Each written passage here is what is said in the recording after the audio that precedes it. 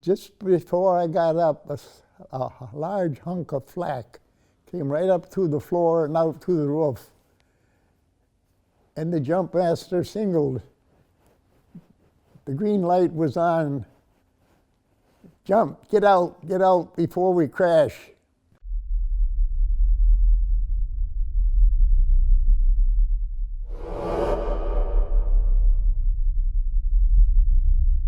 I was born and raised in the state of Michigan. I came from a family of 7. During the Depression, my father was losing the house and we had to move out in the sticks. We had very little food, not enough to feed the family. And we just tried to make things meet. And the Depression was causing a lot of problems. My father had $100 in the bank and he couldn't get a nickel of it out because the banks were all closed. You have to understand, back then, there was no welfare. There was nothing.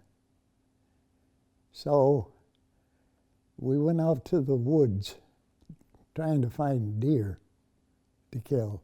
My father wasn't a hunter, and we had no guns, and we didn't know what to do, and we found out we picked berries in the daylight, and we tried to get a deer, but we couldn't catch one, and we didn't know how to get one. Anyway, there was one woman in my book that knew we were out there, and God bless her. She came in with a car one morning, a brand new car, and a load of groceries. If it wasn't for this woman, I think we'd have starved to death. That's how bad it was. And she came out a couple of times. I decided the Army because I thought I would do better if I keep my feet on the ground. I had a lot of respect for the Marines and the Navy, but I didn't want to be on a ship someplace out in the oceans. And I felt that I was born to be a soldier, a ground soldier. Training for the 101st Airborne was rugged.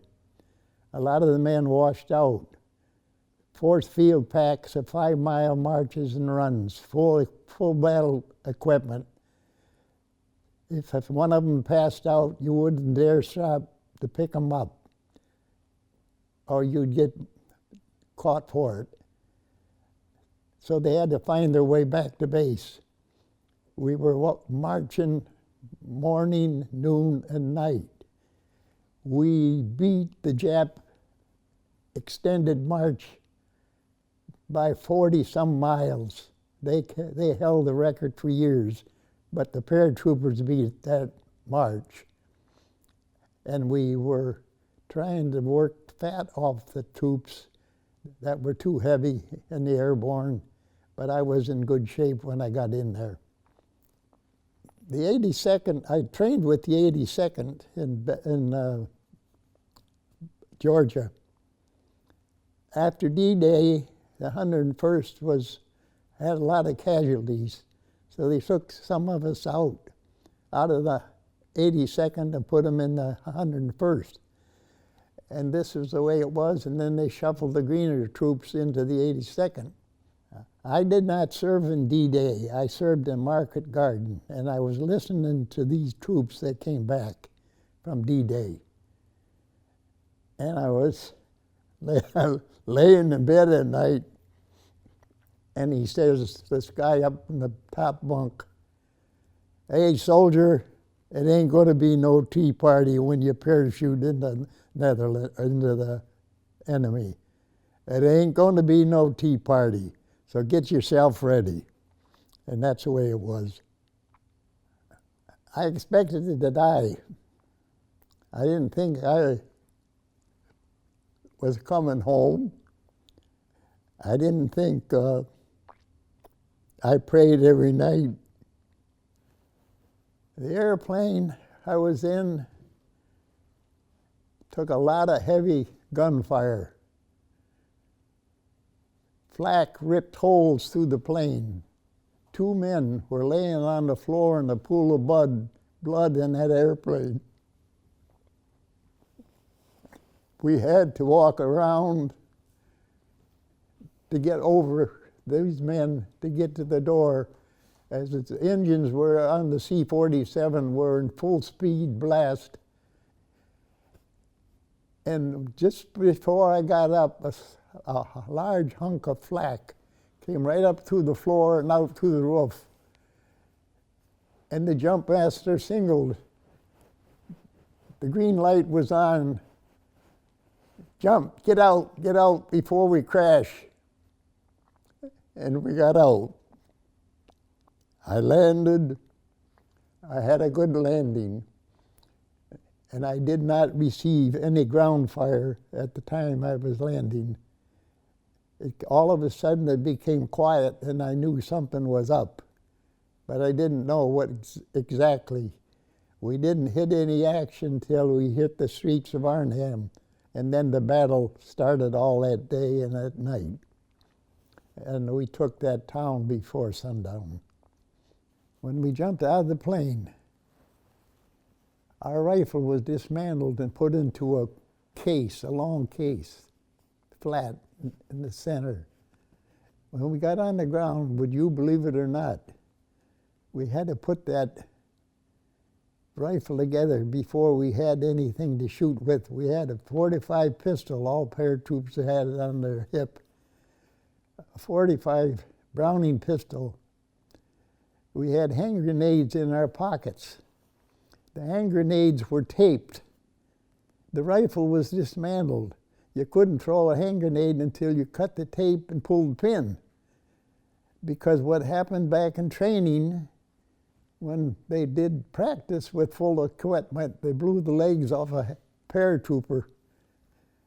So they decided to tape the handles, and the gun was dismantled.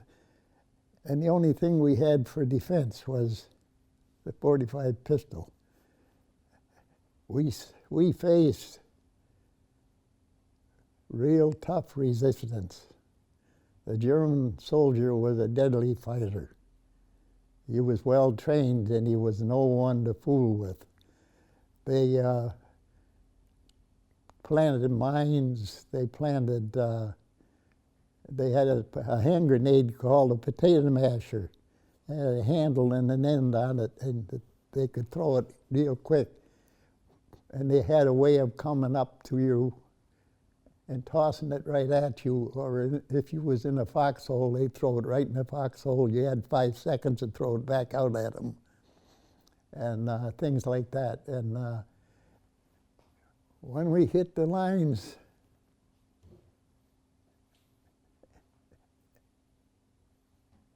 we had a tank attack, let me see, real early. We were out in an open field, pinned down from artillery fire. And usually after artillery fire, tanks come and finish you off. But here's what happened. We were told to get dug in deep as we could. And we had a lot of, the tanks came and we had bazookas and we had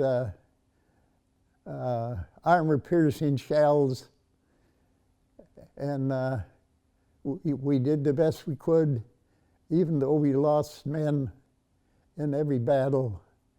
It seemed like we had green troops coming in as the dead were taken out. And but the German fighter was nobody to fool with. He was a deadly fighter. You had to be careful because they'd shoot at you and shoot tracers up in the air, night flares, to open up and expose you. And if you didn't, you had to become absolutely still, because if you moved, you would be picked up by the light, and then they would lay the fire on you. And they did this, and sometimes they flew over and took pictures at night of battle lines, and then came back with Stuka dive bombers, fighter planes, and bomb you. They kept the war going all night and all day. Dewey and I trained at jump school in Georgia. Dewey and I trained in England for the practice jump because I did not attend D-Day. We didn't then. We were still being trained in England by the 82nd Airborne. We parachuted together. We dug foxholes all across Europe together. And one night, we're in the Bulge, and we hear this moaning noise. Comrade, comrade, help me, help me.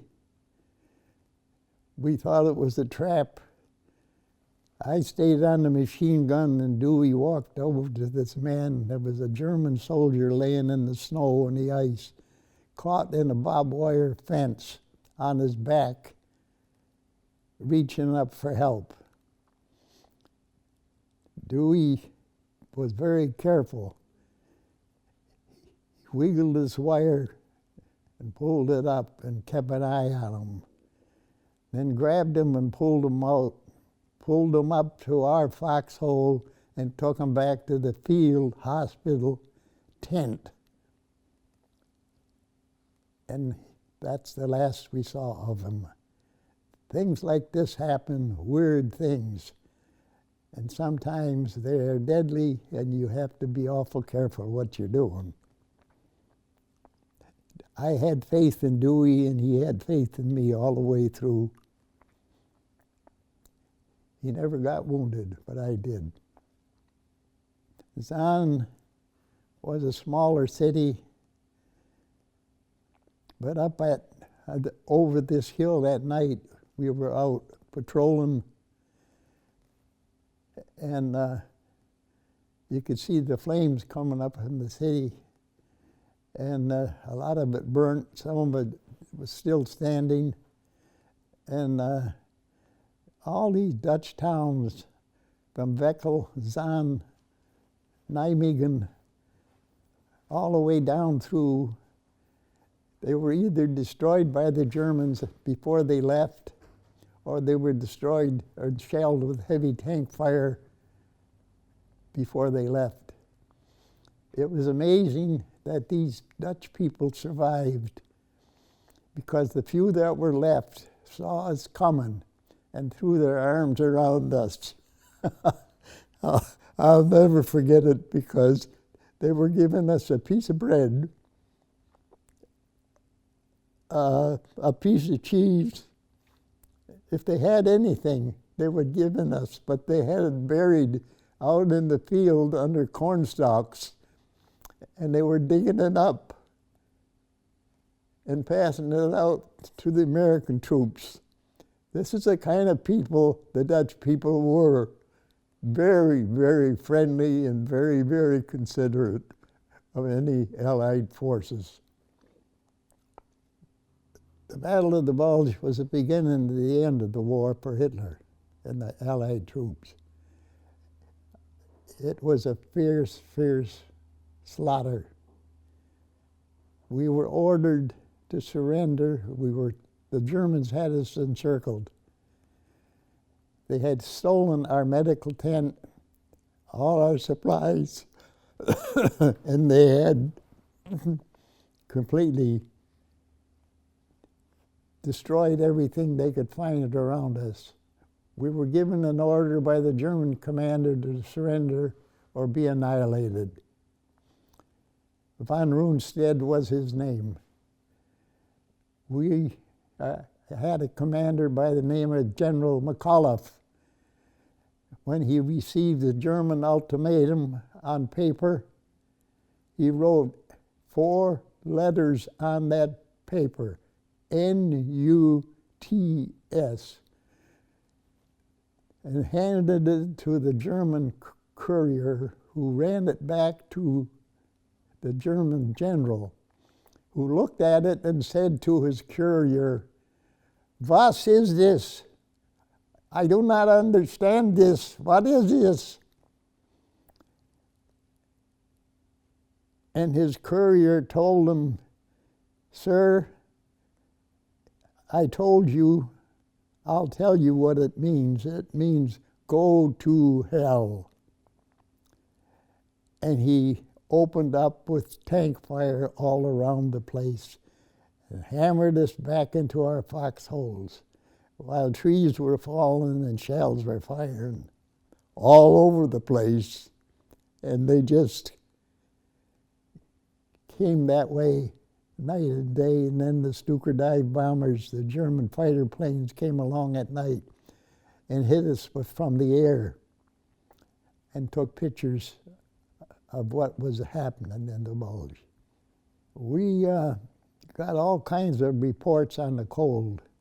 It was 40 below zero the first time we heard it, and then they said it was 30 below zero, but tanks were sliding off the road.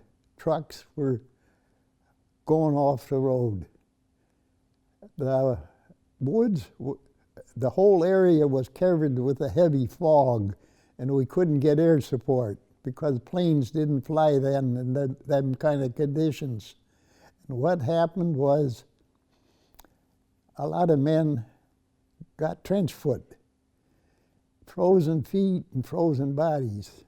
I learned to survive because I didn't smoke, and if I had any cigarettes, I was very careful to give them to the men that needed them. And when I did this, I got a little pack. I traded my cigarettes for a little pack of powdered chicken soup. Dumped it in the cup and throw it in a pile of snow and warm it up down deep in the foxhole.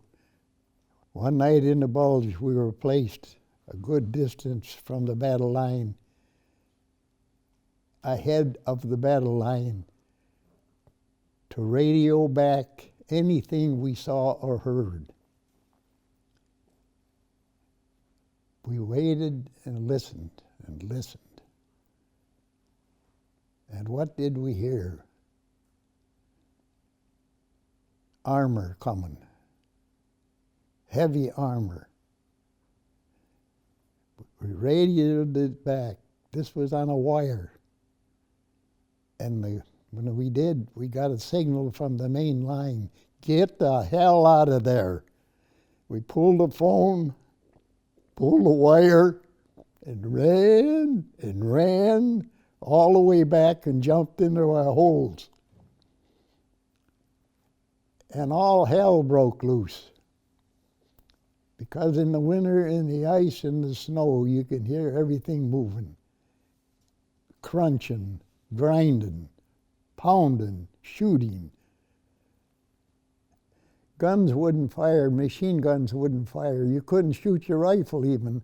And I saw one man on his knees urinating on the bolt of a 30 caliber machine gun. He got it to break loose and open fire on the German lines. And I could see these bullets zoom up here, but through the snow, first on this side, and I'd roll this way, then I'd roll back this way, trying to break that gunfire from hitting me. I had no idea that the side of my head was shot off until I got into the foxhole that night. And I was a person that always hated hats. I didn't like to wear hats. And I reached up to unbuckle my helmet, and I felt this great big hole in the right side. And about that time, the soldier walked by and saw me, and he said, "Soldier, you better get on your knees and say your prayers right now." He says, "Because you know how close you came to dying." And the German rifle had a real impact to it. They had an armor-piercing shell they used most of the time. And anyway, under the helmet we had a wool net to keep our ears warm, but you can't cover your ears in combat. This is a fatal mistake. You have to listen every minute to everything. We were promised a turkey dinner for Thanksgiving. We went back to a rest area in the Bulge. It was supposed to be safe. I saw these great big canisters sitting on the ground. Dewey says, we're going to get some turkey. They got turkey in those canisters. Over on the right side was a convoy of empty trucks. All the men got off to get something to eat. Somebody lit a cigarette or a flashlight. I saw it, but I couldn't tell what it was. Heavy German tank fire opened up immediately and blew the trucks up. The gas tanks were exploding. The men were screaming. The chicken canisters, turkey canisters went flying through the air. And I'll tell you right now, there was no Thanksgiving dinner. They put me on a table and two doctors looked down on me. And they were cutting my clothes all off from the waist up. And one looked at the other doctor and he says, "We got a lucky one. We don't get many like this." And I saw a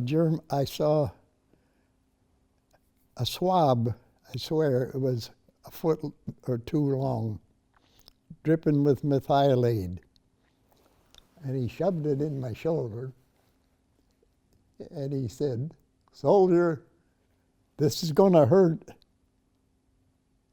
but it's got to get the dirt out of that hole. Hang on to the table." And they ran it through. And when I got on the plane loaded with wounded to fly back to England, I was in surgery again. And I said to the nurse, "I got to get well, I got to get well, I got to go back. I got to go back and fight. Men are still dying." She looked at me and she says, "You're not going any place but home. And any doctor tells you any difference, don't believe it."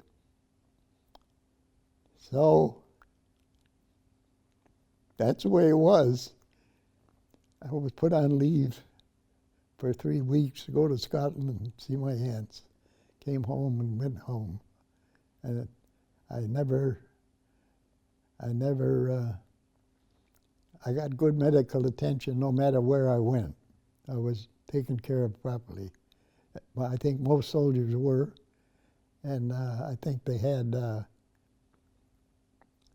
lot of good doctors back then. In every war, there are death cheaters.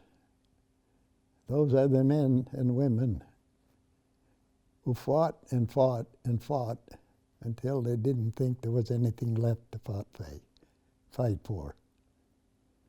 And they are death cheaters. This title, I think, is worthy of the book, and the book is worthy of the title. Now, death cheaters, the cemeteries, the military cemeteries are filled with thousands of stories that will never, ever be heard. I think it's important for a soldier to write at least one book or two books on an experience of his own and to get it out. I want to thank everybody that made this possible for me. I think there's a lot of hard work to this, and it takes a skilled tradesman to do it, like you are. And I think further back, I can see where this had been planned and done many times before, I hope, for other soldiers and sailors and anybody in the military. And I think it's a very, very important program that happened here, and for all the rest of them. And all I can say is, God bless them all.